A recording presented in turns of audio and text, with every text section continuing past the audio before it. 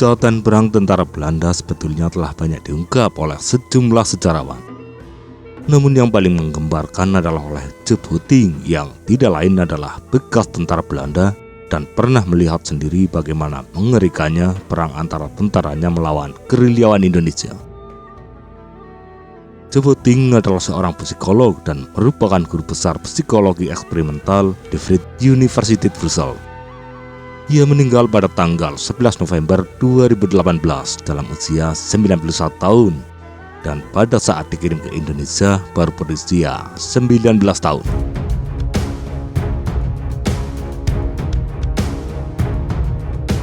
Tahun 1947, Joop yang merupakan personil wajib militer dikirim ke Indonesia dan ditempatkan di Kalisat, Jember, Jawa Timur. Di tempat ini ia segera menyaksikan betapa mengerikannya perang dengan gerilyawan Indonesia.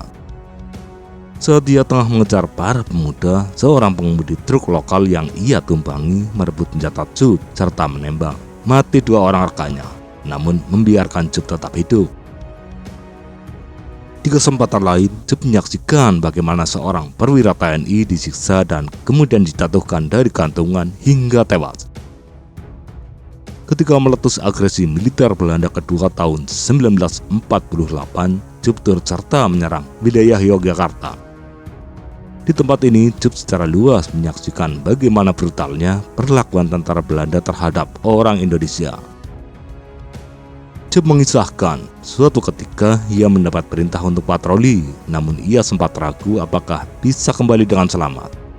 Karena jumlah tentara yang dilibatkan sama sekali tidak memadai, di mana seharusnya satu regu patroli diisi oleh 40 orang, namun hanya diisi oleh 20 orang saja. Ketika memasuki perkampungan, patroli Joop diserang habis-habisan oleh gerilyawan Indonesia, termasuk menggunakan mortir maupun senapan mesin. Para tentara Belanda tidak berdaya menghadapi serangan tersebut dan memilih menghindar ke kampung lain. Untuk dapat lolos dari kejaran para gerilyawan, patroli Belanda terpaksa menangkap sejumlah penduduk lokal serta membawa mereka hingga mencapai wilayah aman. Joop dan rekan-rekannya sempat bingung dengan nasib para tawanan, karena jika tetap dibawa tentu akan menghambat perjalanan, dan jika dilepaskan akan membahayakan posisi pasukan. Akhirnya diambil keputusan untuk mengeksekusi seluruh tawanan. Dalam suatu patroli di lain waktu, Joop mengisahkan, ketika patrolinya melewati perkampungan sepi, ia melihat ada rumah besar berdiri di tengah kampung.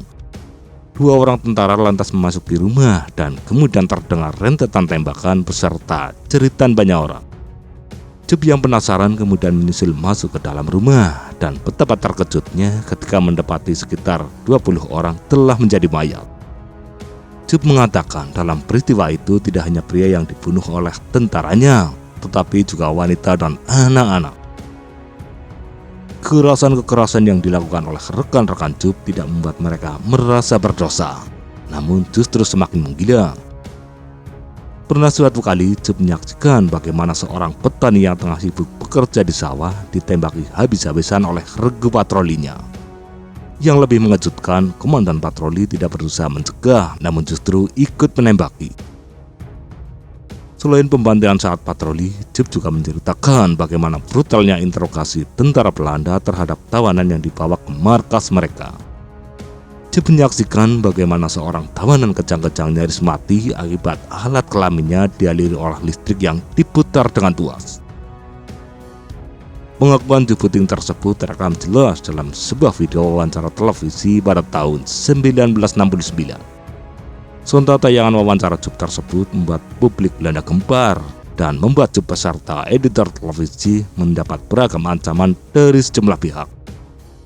Bahkan untuk menghindari ancaman pembunuhan, Joop terpaksa bersembunyi berpindah-pindah tempat. Sejak penayangan wawancara Joop, para sejarawan yang berusaha meneliti kejahatan perang Belanda di Indonesia mendapat tekanan dan halangan dari berbagai pihak, terutama dari veteran dan sejumlah pejabat Belanda.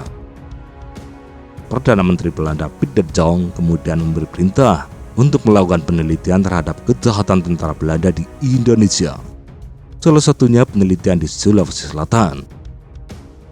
Tindakan Pitt ini menghasilkan situasi yang baik, yang membuat Presiden Soeharto bersedia melakukan kunjungan resmi ke Belanda pada tahun 1970. Kunjungan kenegaraan ini kemudian dibalas oleh Ratu Juliana pada tahun berikutnya.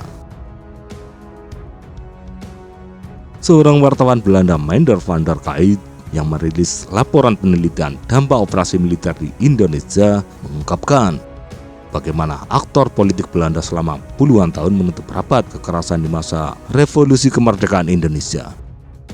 Bahkan pemerintah Belanda secara tegas melarang sejarawan yang ingin mempelajari peristiwa mengerikan tersebut.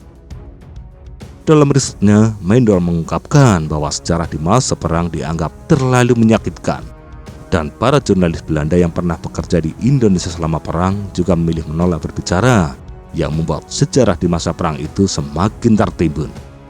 Parahnya, laporan-laporan Meindert dianggap sebagai sampah dan kemudian dibuang ke kotak arsip.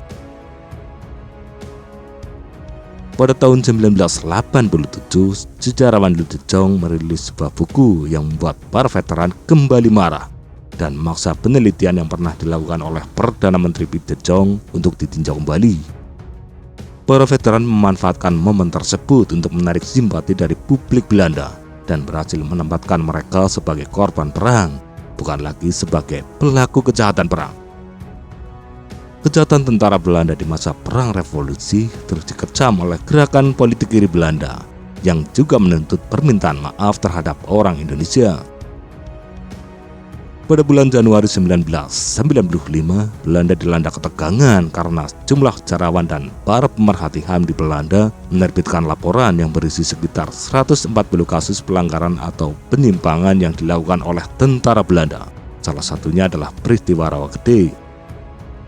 Film dokumenter peristiwa Rawagede disiarkan secara luas melalui televisi yang membuat rakyat Belanda mulai bersimpati terhadap kekerasan yang dialami oleh penduduk Indonesia di masa perang. Ketegangan ini juga berhasil memaksa Ratu Beatrix untuk melakukan kunjungan resmi ke Indonesia yang bertepatan dengan peringatan kemerdekaan 17 Agustus 1945. Namun lagi-lagi veteran Belanda membuat masalah dan Ratu Beatrix terpaksa memundurkan tanggal kunjungannya. Setibanya di Indonesia, Ratu Beatrix dituntut oleh sejumlah veteran Indonesia yang berada di Jakarta untuk mengucapkan permohonan maaf. Namun menurut Menteri Sekretariat Negara Murdiono, permintaan maaf tersebut sudah tak perlu dilakukan.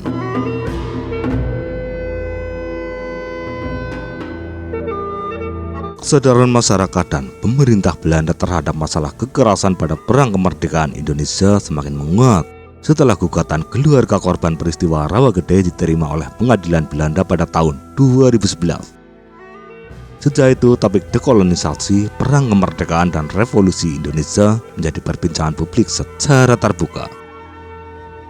Pada tahun 2017, pemerintah Belanda mendanai 3 lembaga penelitian untuk program dekolonisasi, perang kemerdekaan, dan revolusi Indonesia.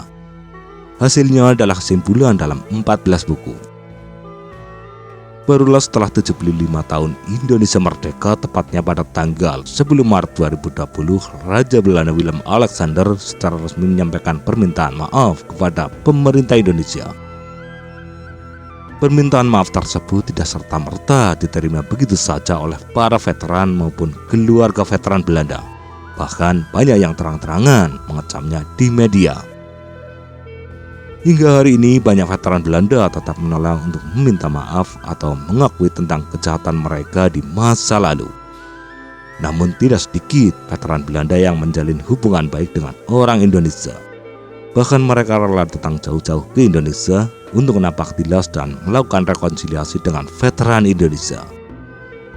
Tentunya karena veteran Belanda juga ikut menderita akibat kehilangan ribuan rekan-rekan mereka, termasuk mengalami trauma pasca perang. Dan orang-orang Belanda juga mengalami pedihnya masa bersiap, di mana ribuan orang Belanda diburu serta dibunuh oleh orang-orang Indonesia. Bahkan tidak sedikit orang Indonesia asli yang ikut terbunuh karena disangka antek Belanda.